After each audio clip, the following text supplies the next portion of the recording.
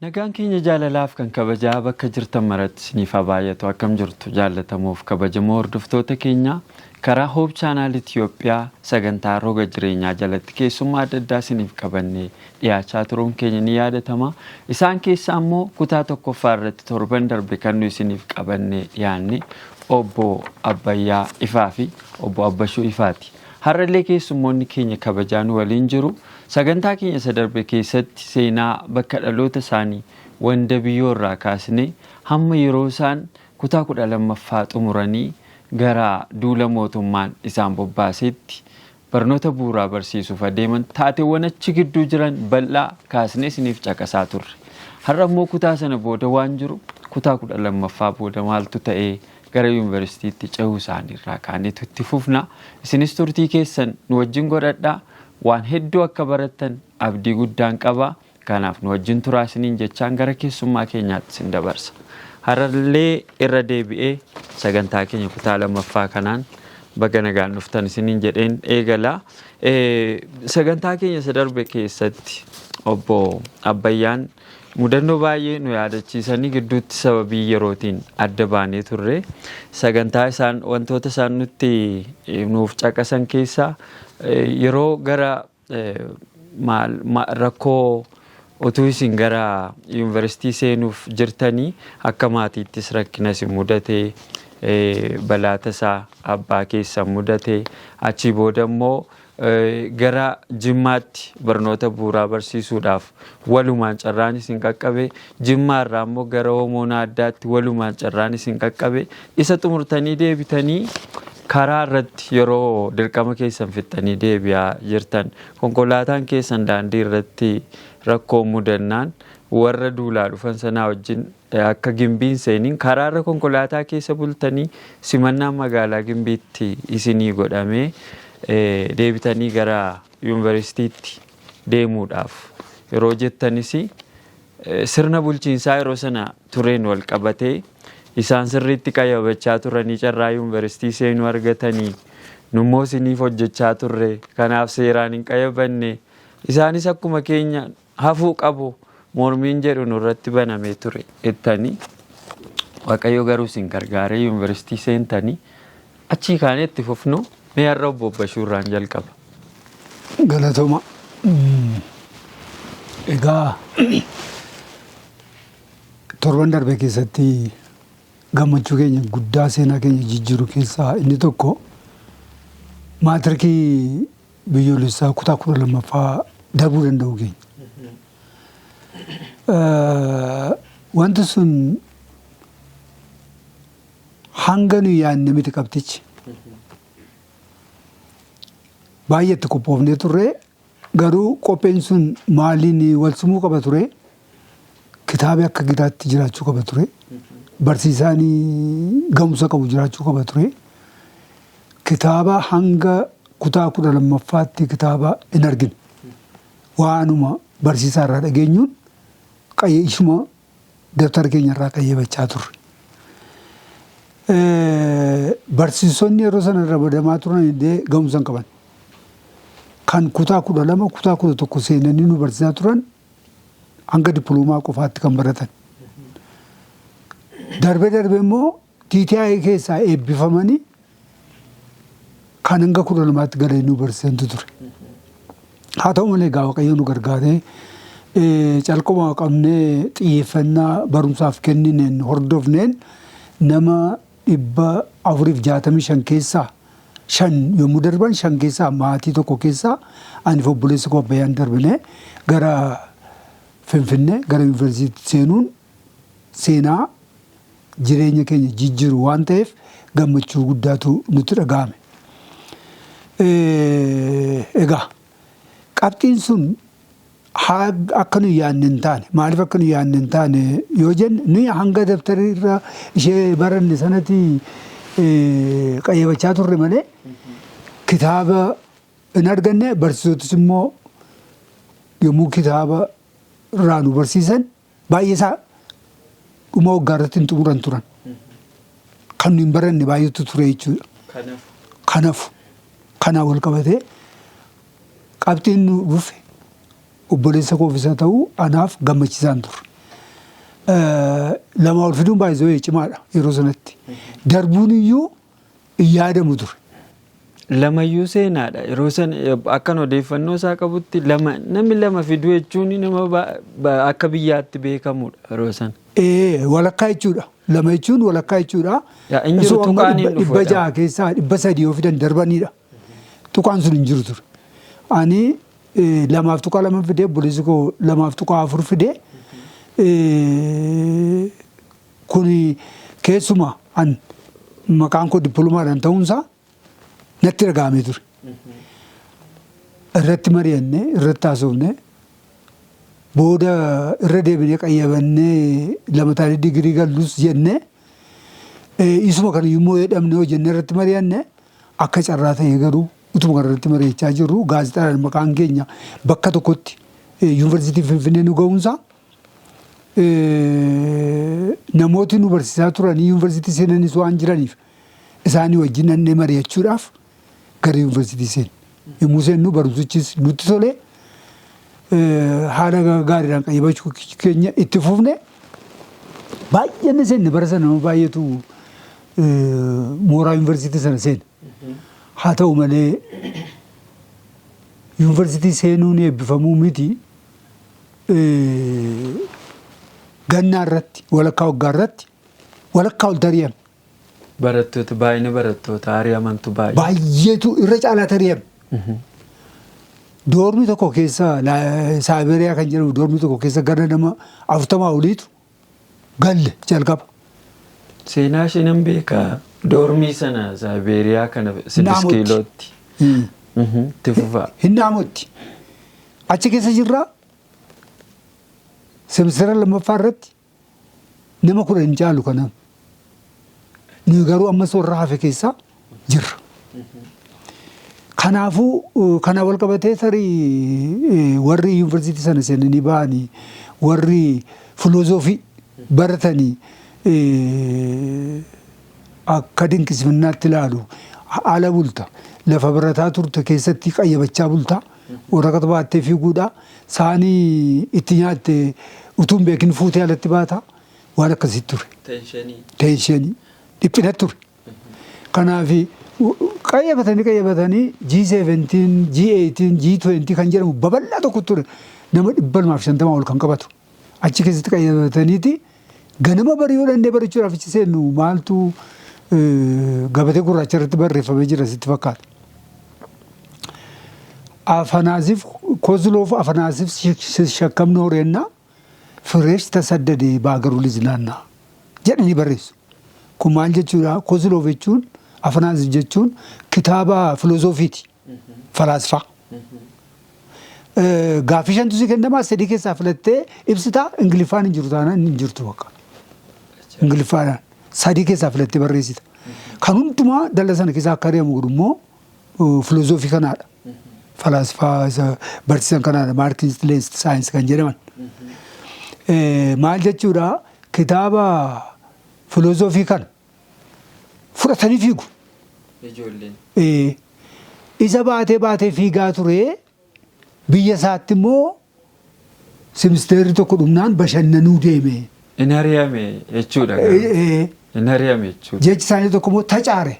Tacaare. Abaloo isa deeme hin caarame. Kana keessaa hafneetii bara 1976 dhumarratti qabxii gaariidhaan dippiloomaadhaan eebbifamee gara biyyaa deemne. Gara biyyaa deemne immoo deebi'ee ramadamuu dhufu. Ministeera barumsaa ramadamuu dhufu ijoolleen ixaa baafataniiru. Lamatu achi keessa jira. Namtichi akkasuma godhee fuudheeti. Godhee Tigraayii si ga'ee naan jedhe. Wantoonni adeemsa barumsa keenyaa keessatti hin tuqin dabarre al lama sadan tokko dabilii arganneerra waan ta'eef ijoollummaadhaan kan nuyi haayiskuulii seenu.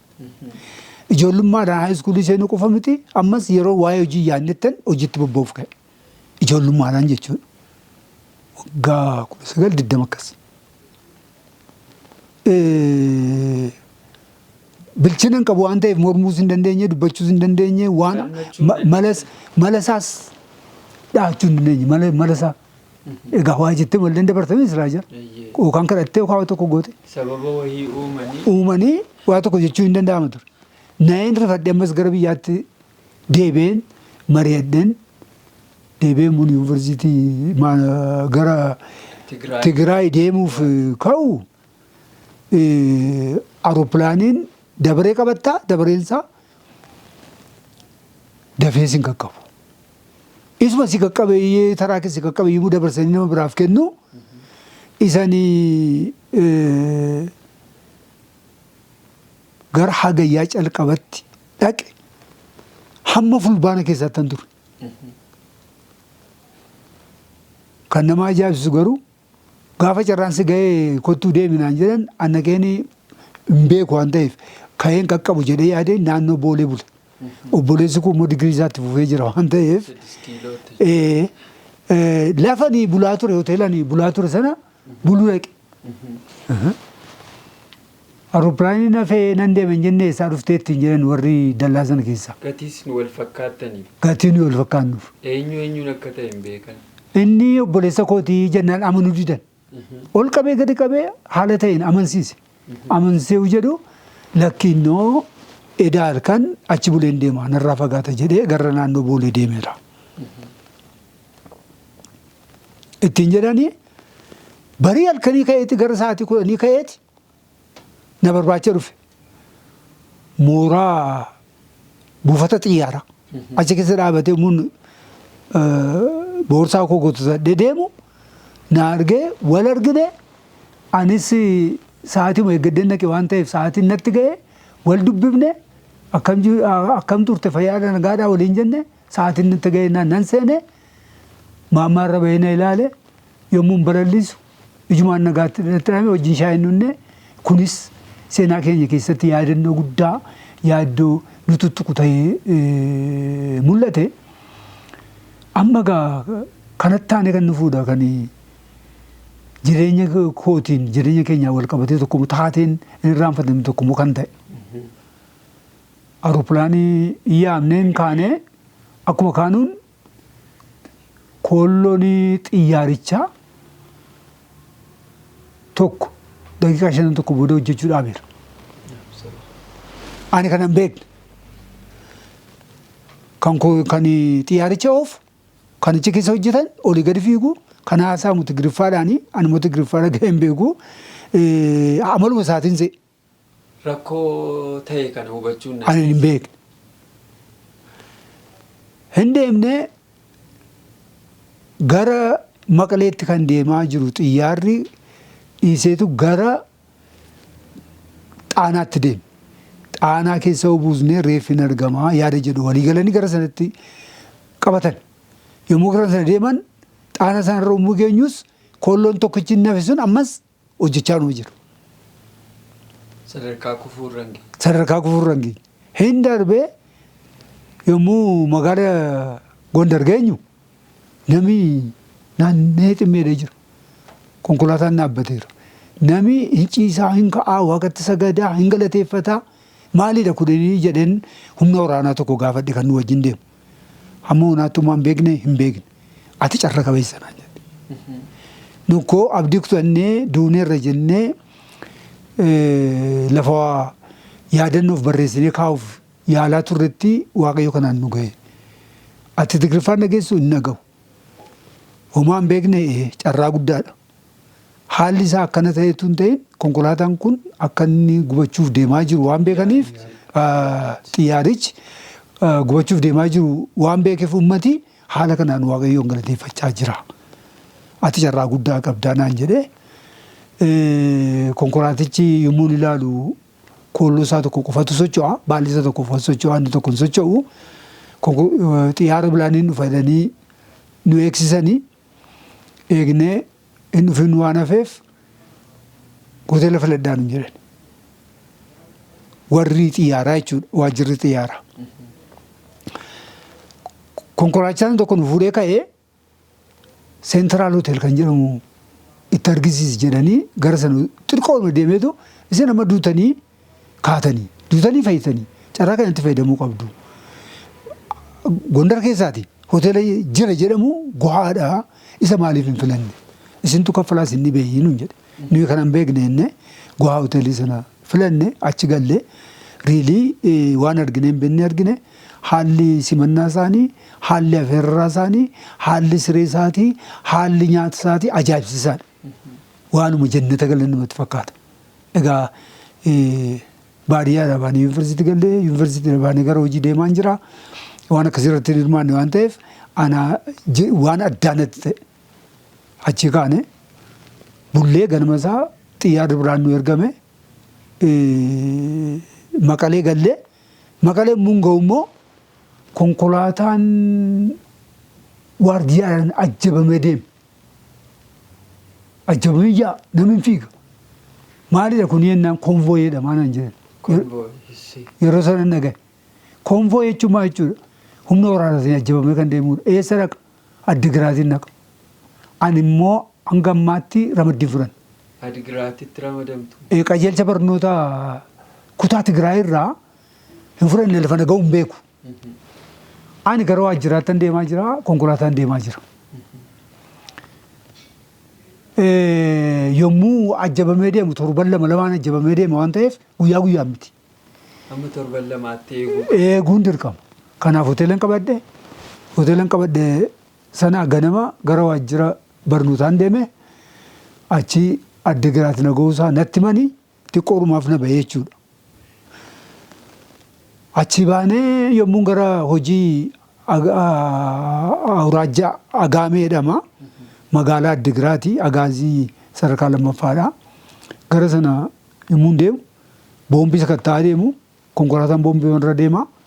Carraa kanaan kan nama gaddisiisu kotobeedhaan eebbifamee kan wajjin deemaa gara Tambeeniin deemaa ture tokko boombiin lafa keessaa dhahee konkolaataa wajjin bobeessee mindaa ji'a tokko illee utuu hin nyaatiin lubbuunsaa kan darbee jira. Addigiraatiin geenye xiqqoo turanii adabamtee itti aanaan jiran. Maaliif turtee dhufte waan ta'eef jedhanii inni Maqalee hoteela keessatti hin ture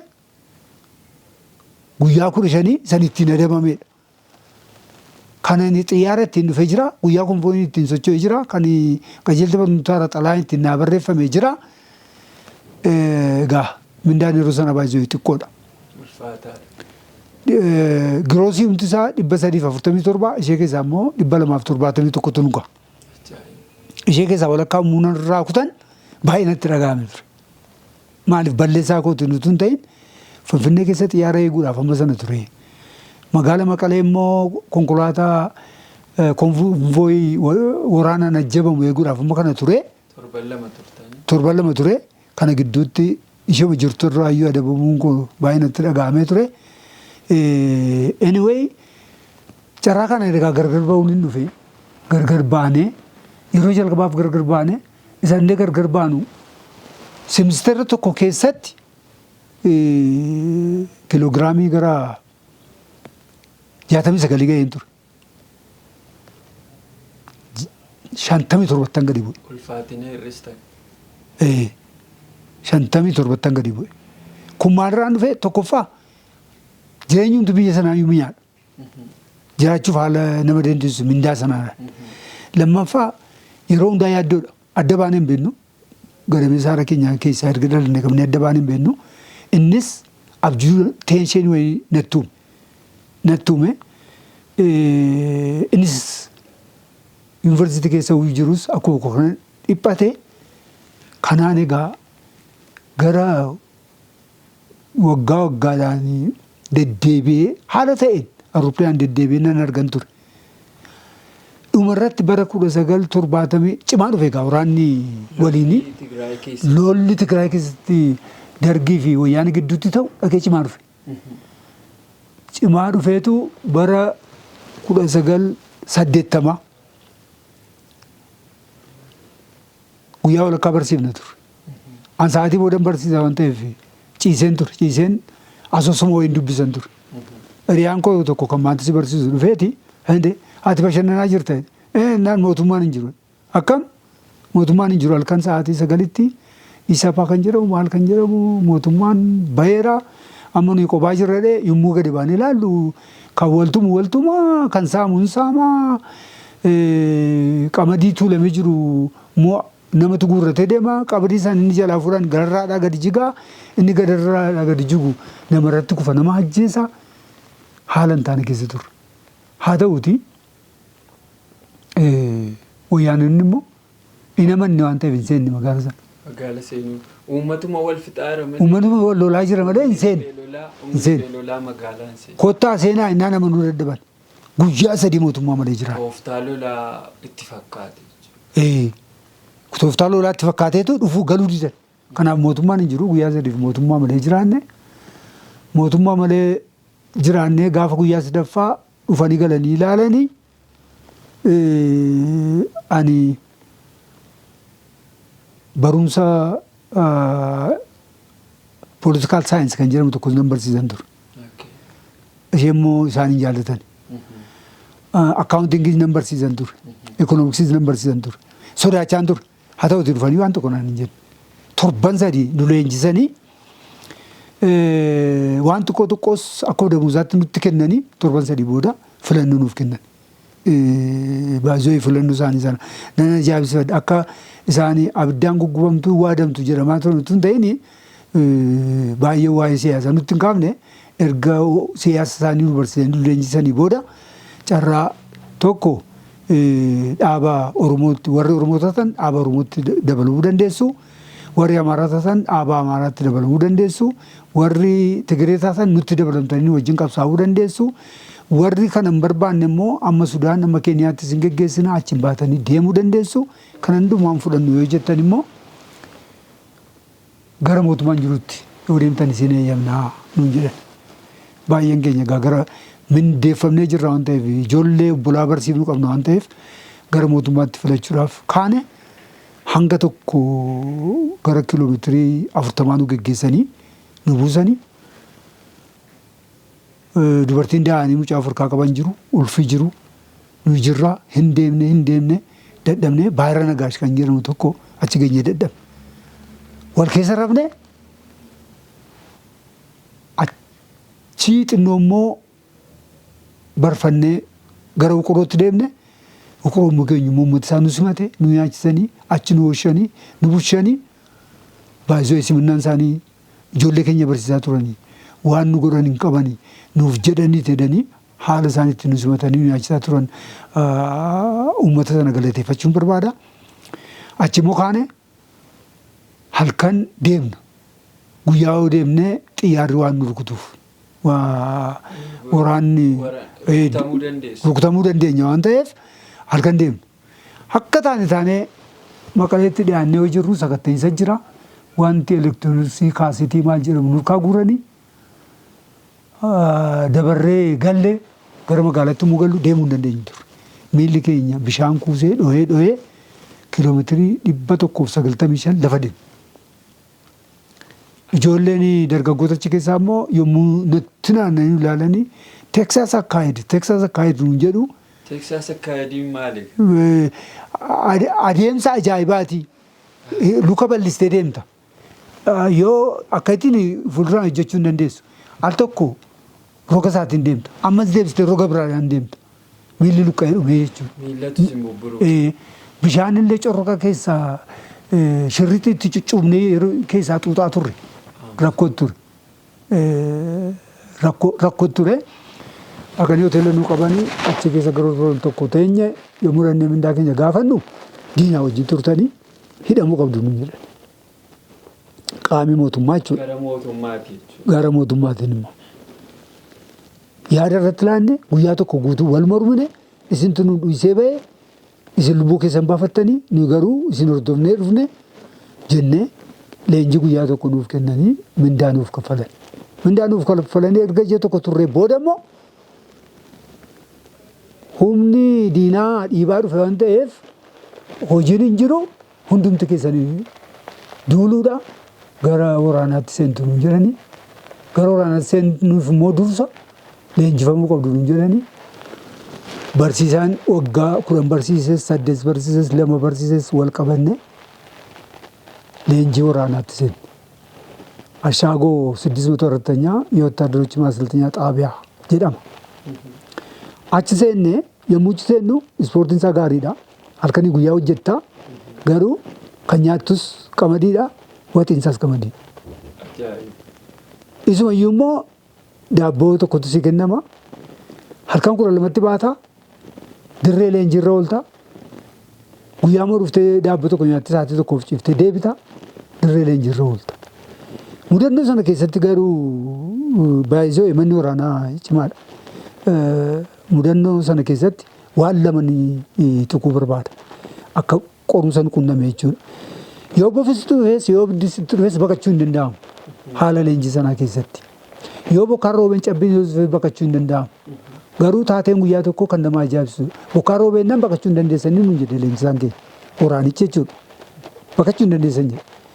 Waraanichi bokkichi itti cimee yandoo rooburra darbee cabbii roobe. Cabbii qofa roobe. Isa leenjisaa keenya tu olaalloo biraa hin bitintirse. Nuunis nu bitintirse hin bittinnoofne. Dhannee mana godoo dhagaa jala suuqamne milishaa jedhamanii warri Tigirooti dhufanii leenjisanis jiru.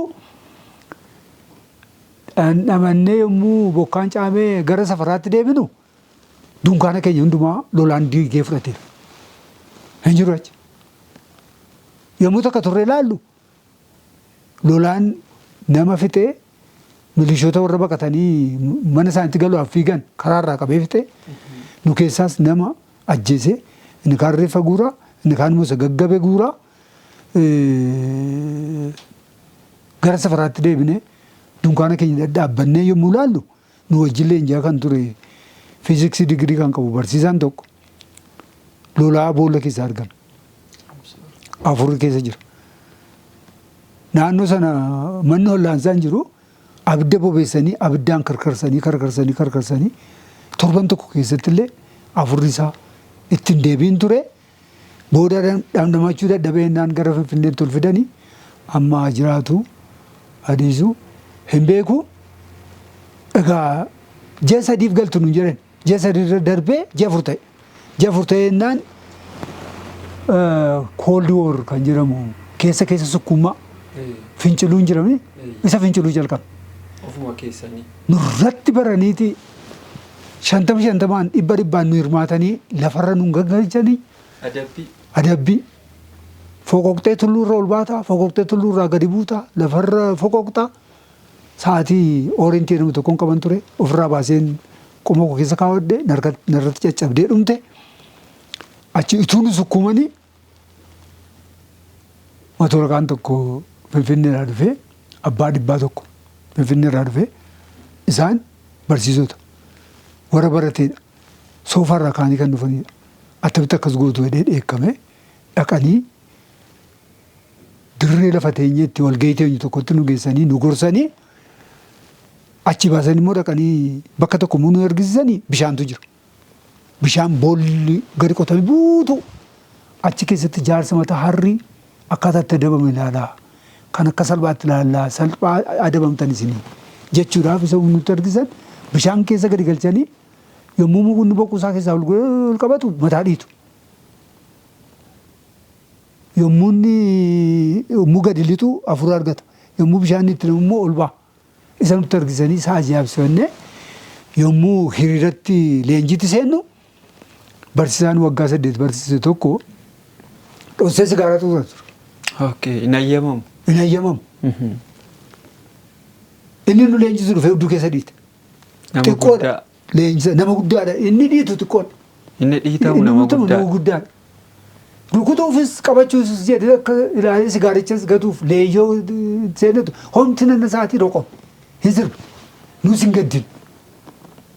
Hin gaddine haala kana keessa turre booda warri sabaan dhufuu mootummaan hin dhufaa leenjifamtu jedhanii abdii nuu kennanii dhuguma torban tokko booda dhufanii achi keessaa eebbifamnee cinqiin ture wayyaanee waraanuutti deemna egaa hin dhumne jennee yommuu jennu toora bulchiinsaaraa fi toora isa baara kan turan wal mormanii jarri kun warra baratan waan ta'eef sodaattuudha. Qawwee keenya fuudhanii kan itti kennanii ce'u malee nun baasanii jedhanii gannu dhiisanii utuu leenjiin seeniin dura obboleessa kootti Abbayyaa xalaa barreesseen ture. Nama du'e obboleessa keenya Hambisaa Ittafaa jedhamu sana. Hambisaa Ifaa jedhiiti telegiraamii naa godhi. Haala ittiin biyya kana keessaa bahuun barbaadaa jira. Yoo ta'u baate garuu dubbiin cimaadha jedhee barreessee fi utuu san qaqqabin inni ganna gara biyyaa deeme. Biyya turee na dhabee gaddee gara hojiitti munnu deebi'u telegiraamii xalicha argate. Xalicha argatee gara booddiitti deebi'ee xalicha argatu telegiraamii akkuma jedhetti naa erge. Ani isa dagadheera. Leenjee fixee baheera. Obbo Abbayyaan yeroo sana eebbifamanii gara booddiitti deemanii qaxaramaniiru jechuudha. Waggaan 2 itti dabalatee fixatee digirii waggaa 4 baratee gara booddiitti deemeera. Na waamanii narri fadhee Abbayyaa Ifaa baay'ee dhukkubsateera waan ta'eef jedhan dafii na qaqqabsiin jedhee xalaan barreesse muka hin jedhu. Narri fadhee nannee utuu cinqamee immoo hayyamsiisutti deemuuf jedhu telegiraamicha naa kennaa deemuun dirqisiisu irra deebiin naa dubbisan. Kan telegiraamii si erge Abbayyaa Ifaati kan immoo dhukkubsatee haala hin taane keessa jiru immoo Hambisaa Ifaati jedhe natti mali. Haala uumamaa ta'ee fuula koo irratti haalli tasgabbaa'inaa narratti mul'atu kan hubatan natti fakkaata na didan. Miira keessan ilaalanii. Miira koo ilaalanii na didan. Na didanii naan ittuma cime hamma itti gaafatama qajeelcha barumsa sanaatti han deeme inni immoo afaan kan beekuudha. Naa kadhate warra isa jala naa kadhate torban tokkoof naa kennanii gara biyyaatti deebi'ee dhufee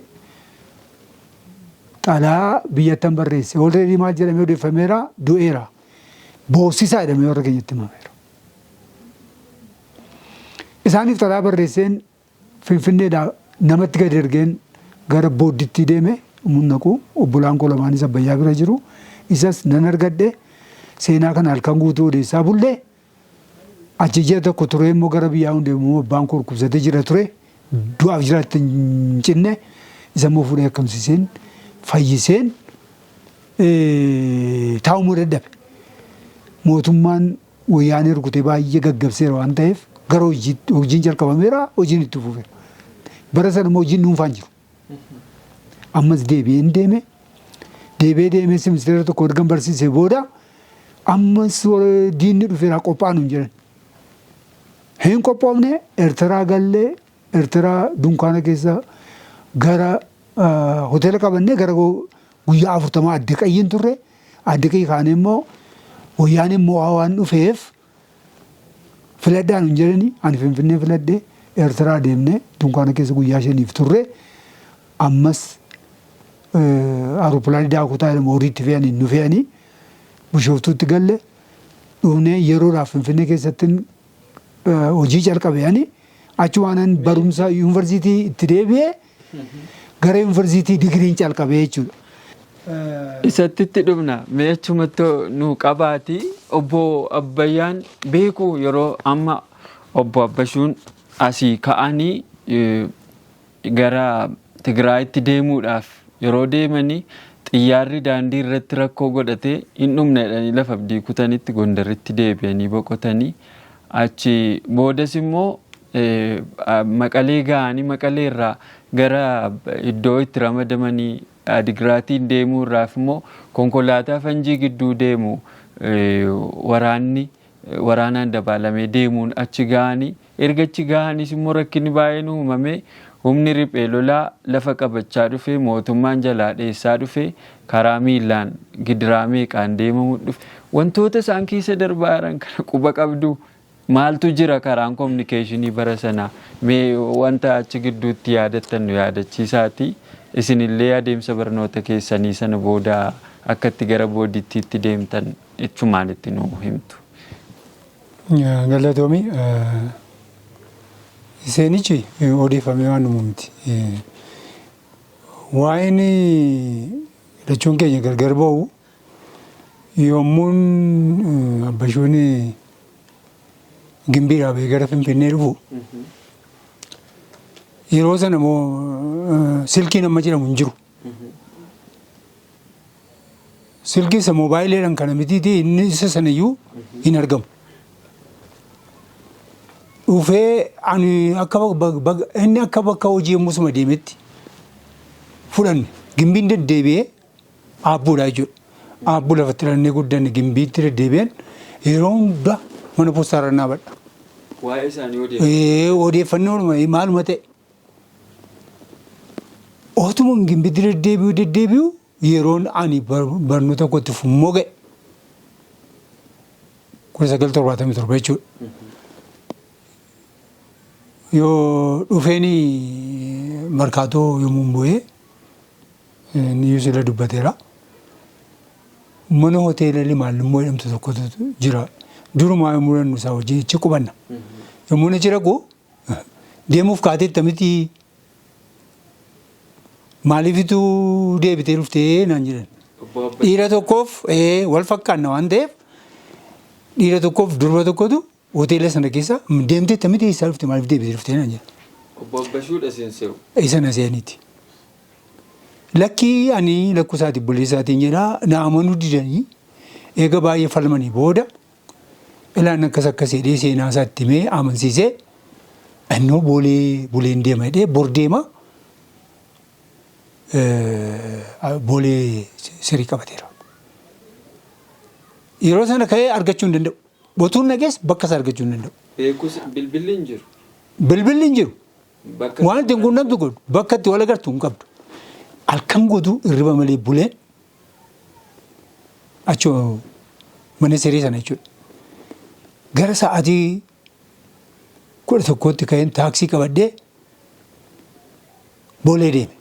Boolee deemee achi dhaabadhee xiqqoo tureedhanii loong maarchii kan jedhamu shaantaa tokko qabnaa isa lafarra goototaa dhufe. Yommuu dhufu sa'aatiin isaa ga'eera wal agarre. Yommusuma sa'aatiin isaa ga'e. Wajjin haasofne. Wal agarree gargar baanee hin seene yommuu inni seenu sagannat kan jedhamu tokko jira yeroo sana. Ani immoo karaa keessaan isarra ba'ee awurooppilaanicha ilaalaa. Awurooppilaanitti seenee awurooppilaanichi hin ka'ee hin balalee ijaan hordofee wal argu yommusuma wal labu. Deemaniiru jettanii madhiifta. Amma immoo ciragee immoo afur isa badi. Waa'ee inni sila himu waa'ee xiyyaarri rakkoo godhatee sana ani waan hin beeku hin qabu. Otuun eeguu xalaan yeroo baay'ee ji'a 3-4 booda yuunivarsiitii naa dhufe. Gaafan xalicha dubbisu waan inni amma himaa ture kun hundumtu sammuu nama dhibbisa. Garuu achi keessatti otuun jiru ta'ee xalaa kana naan barreessine waan ta'eef jira kan jedhu keessa kootiin natti hima. Nama cinqaa yommuu koolloon isaa tokko xiyyaarri rakkoo irratti kufee waa isaa odeessee dhaqee bakka waraanni wajjin godhamu sun waa isaa odeessee jiru yaaddee cinqamaa dubbisee amma fitutti utuu hin jiru ta'e immoo xalaa kanan barreessu kan jiru yaada kootti dhufa. Isa koo immoo miti. Eegasiis waa ta'e yoo ta'e amma immoo maaliin mirkaneeffadha? Eega xalaa kana barreessee booda jiraachuu isaa maaliin mirkaneeffadha? Cinqii. Akkuma ta'eyyuu Waaqayyoo isa kan hunduma sannoo deessee hundumaa nan beeka keessa dabarsee naannessee fidee immoo wal nu qunnamsiise. Ani egaa anis yommuun giraajuutiin kilaasii seedanii arfaffaa galu deema kaabaatii namooti beelaa fi hongeedhaan buqqaan jiru isaaniif dhaqaatii mana ijaaraa jedhanii Matakkalitti nu ergan. Matakkal keessa immoo buufata adda addaa jira gaa aanaa adda addaa maal adda addaa jira. Achi keessa ICK kan jedhamuu fi Gublaak kan jedhamu qofa yaadadhaama. Nuun Gublaakiin nu gahe. Gublaakiin immoo namni tokko achi hin jiru. Anneen moo bajjii irratti gatamne dunkaana dhaabame keessatti. Lafa duwwaa. Namni achi hin darbu tokko jiru. Wanni nyaatan suuqiis haa ta'u manni nyaataa jedhamu tokko hin jiru. Yommuu immoo akkuma yommuu dhiyeessaan yommuu kurnaffaa baradhu hagaa ture sana haalli qilleensaati illee tokko naannoo sana wajjin yeroo sanas mulluudha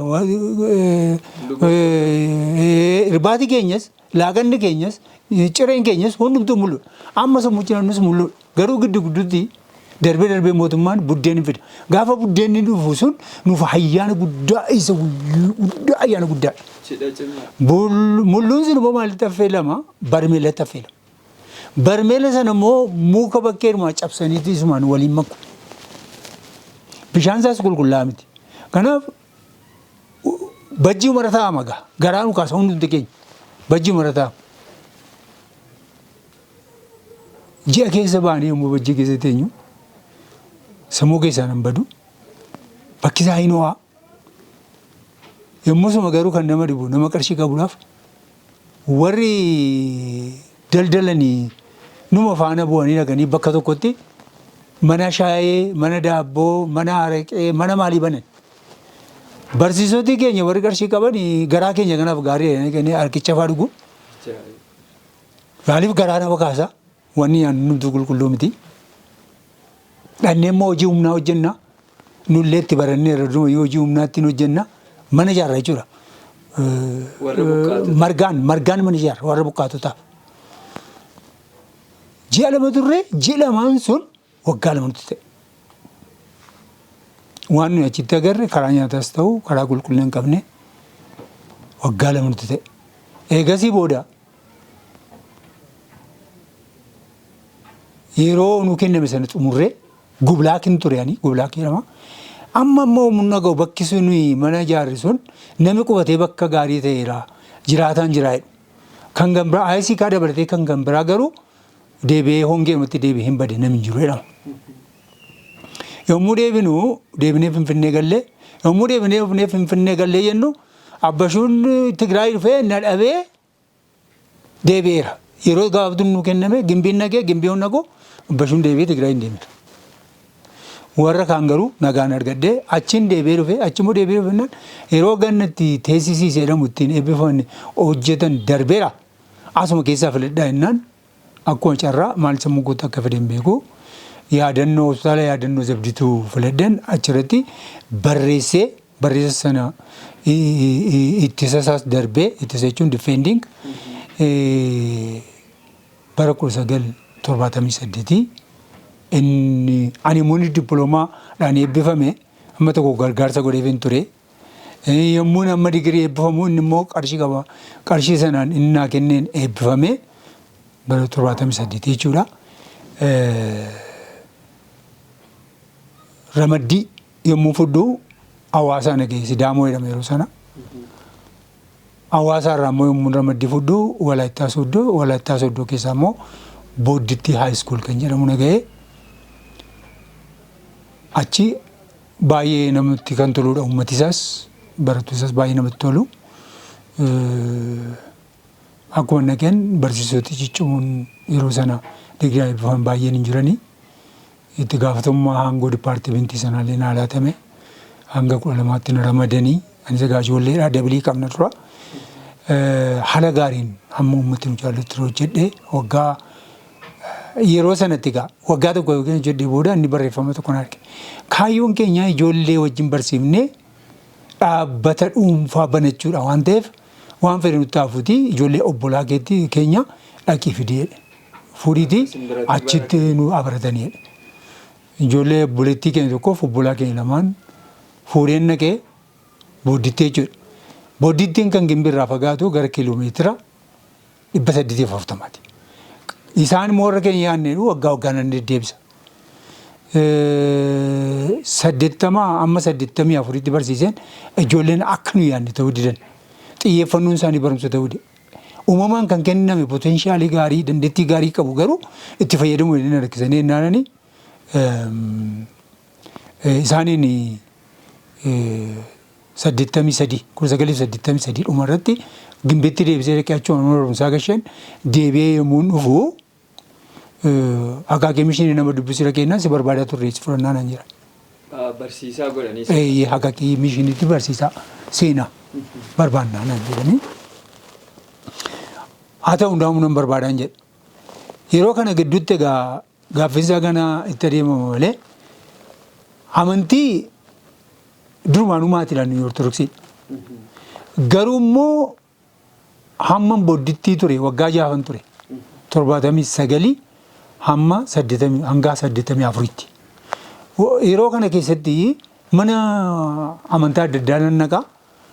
Garuu waan macaafa qulqulluu irraa arguuf waan namoota isaarraa dhaga'u isa boodatti dhufu wayyaa natti toluu waan ta'eef qayyabannoo gaaffii ka'an sana bu'uura godhachuudhaan kitaaba qulqulluu kana ilaaluu qayyabachuu jalqabe. Isa boodatti dhufna gaa waan xumura isaa ta'e garuu waggaa 6. Xalayaan isaan biraa isin qaqqabe suni isintu erge moo isaantu isin erge xalayicha? Xalayaan tokko kan obboleessi kee hambisaanii itti dhufaan jira. Oduu kanaan achi barsiisaa jiru namni kun na rifata. Lakkuun baay'ee uumamaanis miira tokko qabu waan isatti cinqii matee yeroon isaa cinqama maalli akka hin jirretti ilaalaan jira. Maal xalayaan yoo barreessite yookiin singa garaarratti bada yookiin immoo baay'ee ture siga. Oduu kana jiru gimbii deeme. Gimbii deemee ganna ijoollee achi tursee deebi'ee dhufee yommuu nani boodittii poostaa beeti kan jedhamu tokko na waamanii naqu xalayaa sanatti. Yoon dubbisu haala gaariin taanirra jirra. Lubbuu keenya sodaachisaadha.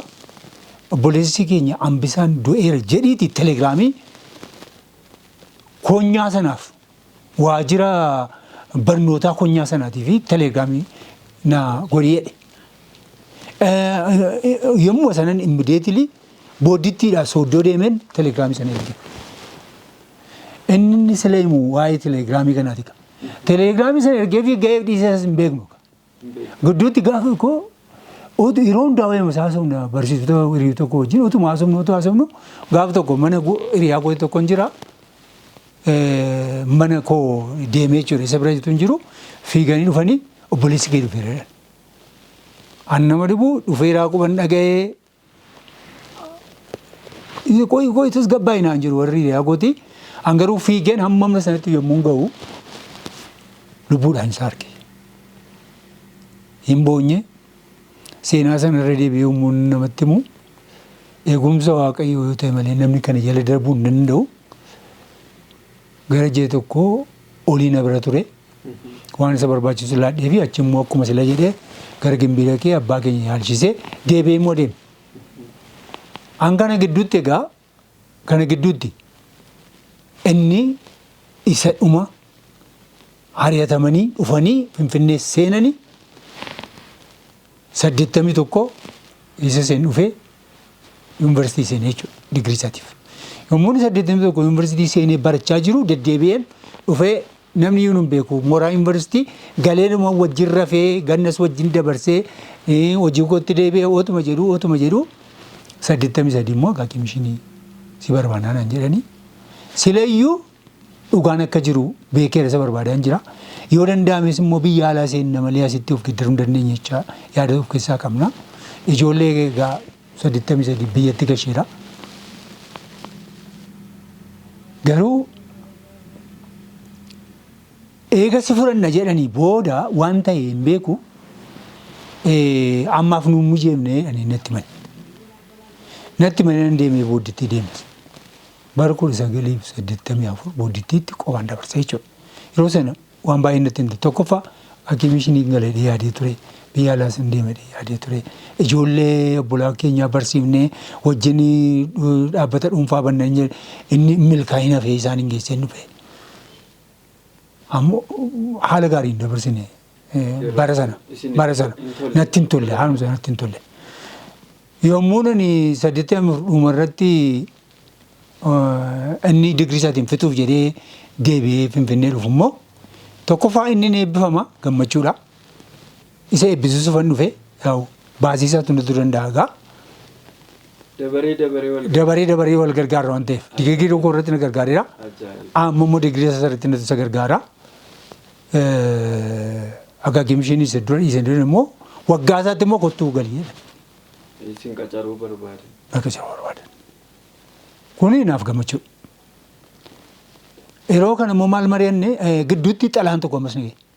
Xalaan gimbiirraa nagahu maal jira gaabbineerraa nuti kaayyoo keenya wallaalee dirqama sirraan qabu simineerraa ammaa qabneet barumsa keenya irratti xiyyeeffannaa akaakii mishiinii galteetti waan jedhamu dhageenyarraa waan ta'eef akaakii mishiinii tollu fudhuu kan jedhamu ijoolleen dhiiraa isheen obboleettii keenyaa gidduutti heerumteetti.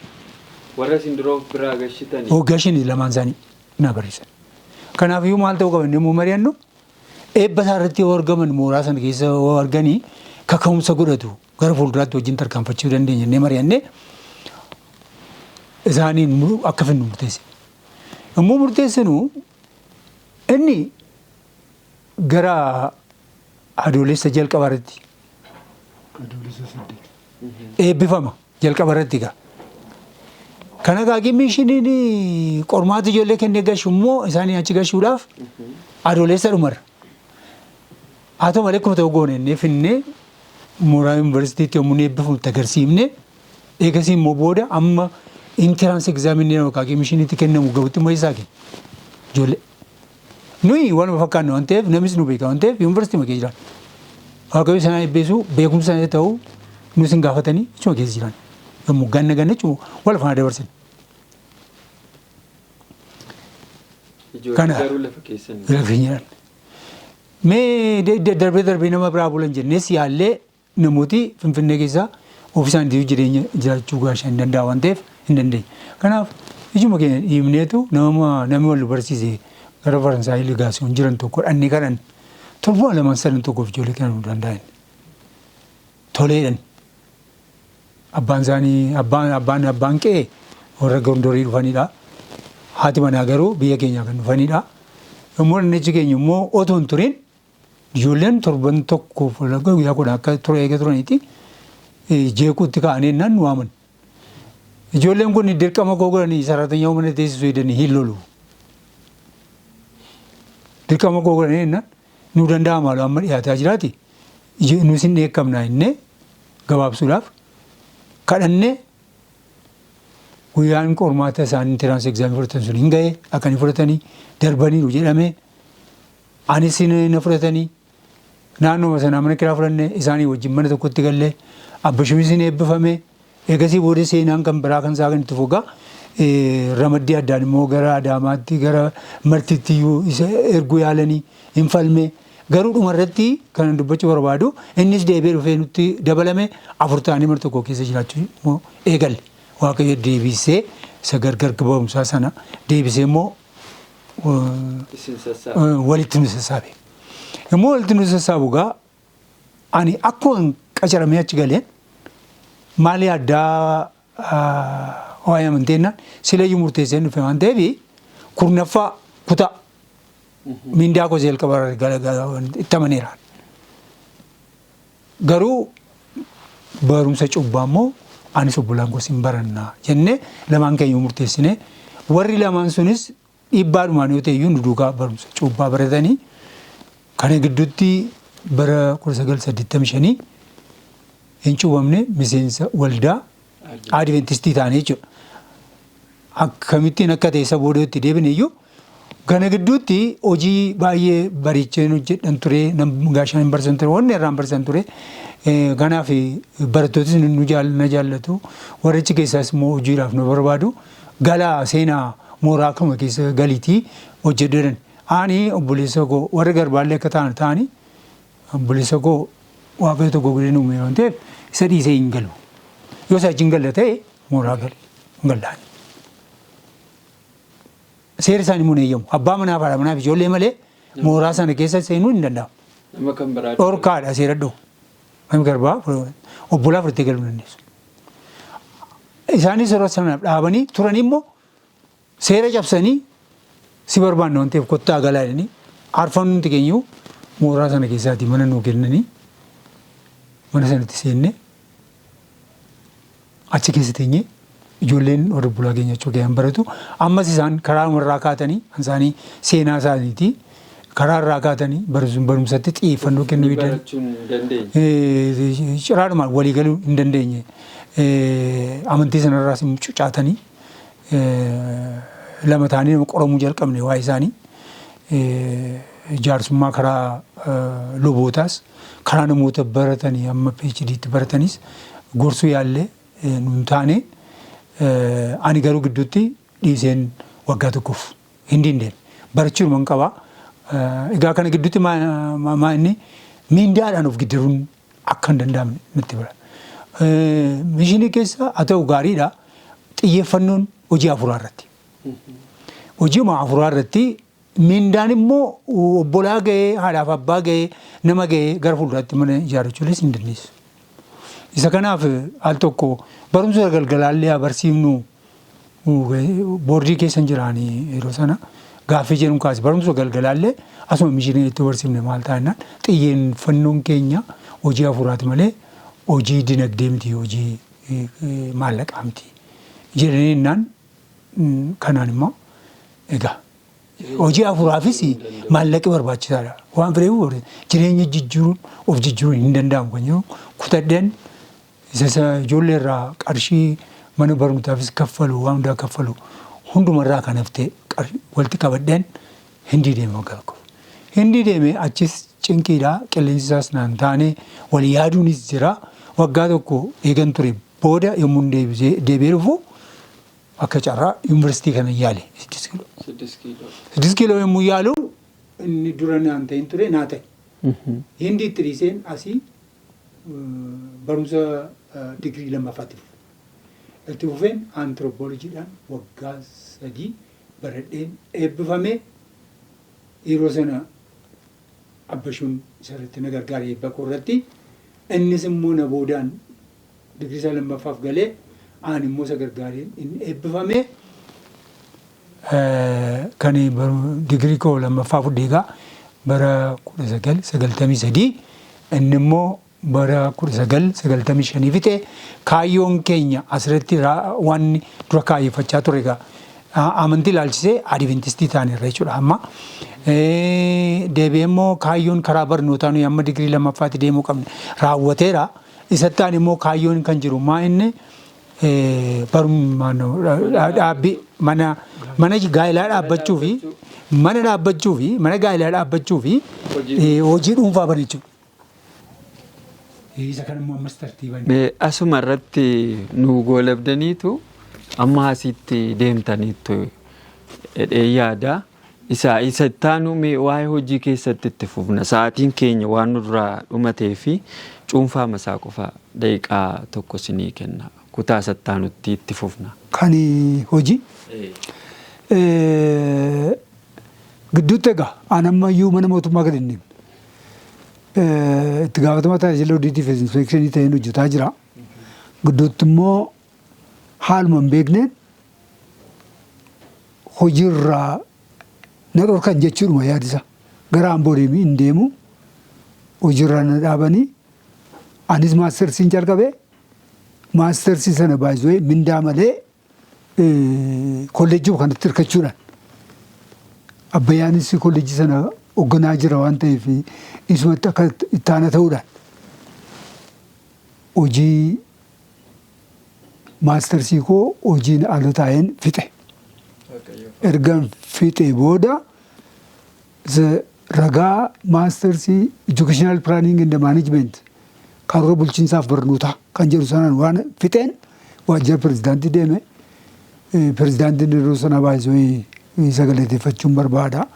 Ragaa koo fuudhee attamitti baaftan jedhee wanti himamu hin jiru garuu maqaa biraadha kan ittiin chikee sana baasan nuyi baay'ee lamaamtu keenya iyyuu hanga ammaattis hin kaafne quunnamtii siyaasaa hin qabne. Quunnamtii mataan isaa immoo dhaloota keenyaa qabee sababa qaba. Sababa siyaasatti hin seenneef. Garuu maqaa siyaasaatiin kan hojiirraa dhorkame pirezidaantiin sun xalayaa barreessee hojiitti na deebisee mindaa waggaa 2 hafe naa kaffalchiisee akka dhugaan koo mul'atu ta'eera. Isa boodas mana mootummaa keessatti sittan fufee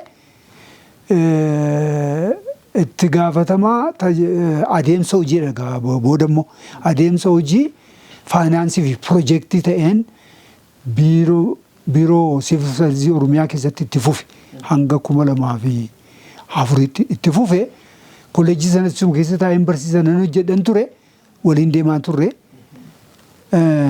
waa'een hojii egaa bara waggaa 25 ol mana mootummaa keessa ergan tajaajilee booda bara 2004 anis baheen obboleessa kootti dabalame guutumaa guutuutti kolleejjii sana hoogganuu jalqabnee jechuudha. Galanni Waaqayyoof haa ta'u. Seenaan kun bal'aadha. Kutaa 3ffaa isaa keessatti deebinee walitti dachaana. Jaallatamoof kabajamoo hordoftoota sagantaa keenyaa kan wajjiniin dabarsaa jirru obbo Abbayyaa Ifaa fi obbo Abbashuu Ifaati. Har'allee sababa yeroo keenyaatiif jecha seenaa kana caalaa itti fufuu hin dandeenye. Akkuma isaan iyyuu isin dubbachaa turanii sagantaa 3 wanta bu'uura ta'e qabu. Sagantaa 3 keessaa tokko xumuraniiru. Isa lamaan hafe keessaa garuu kamtu dura milkaa'e kan jedhu kutaa 3ffaa keessatti walii wajjiniin ilaaluuf jirra. Har'aaf kan jenne asumaan xumurre nama torbanii nu haa godhu nagaan nuuf tura.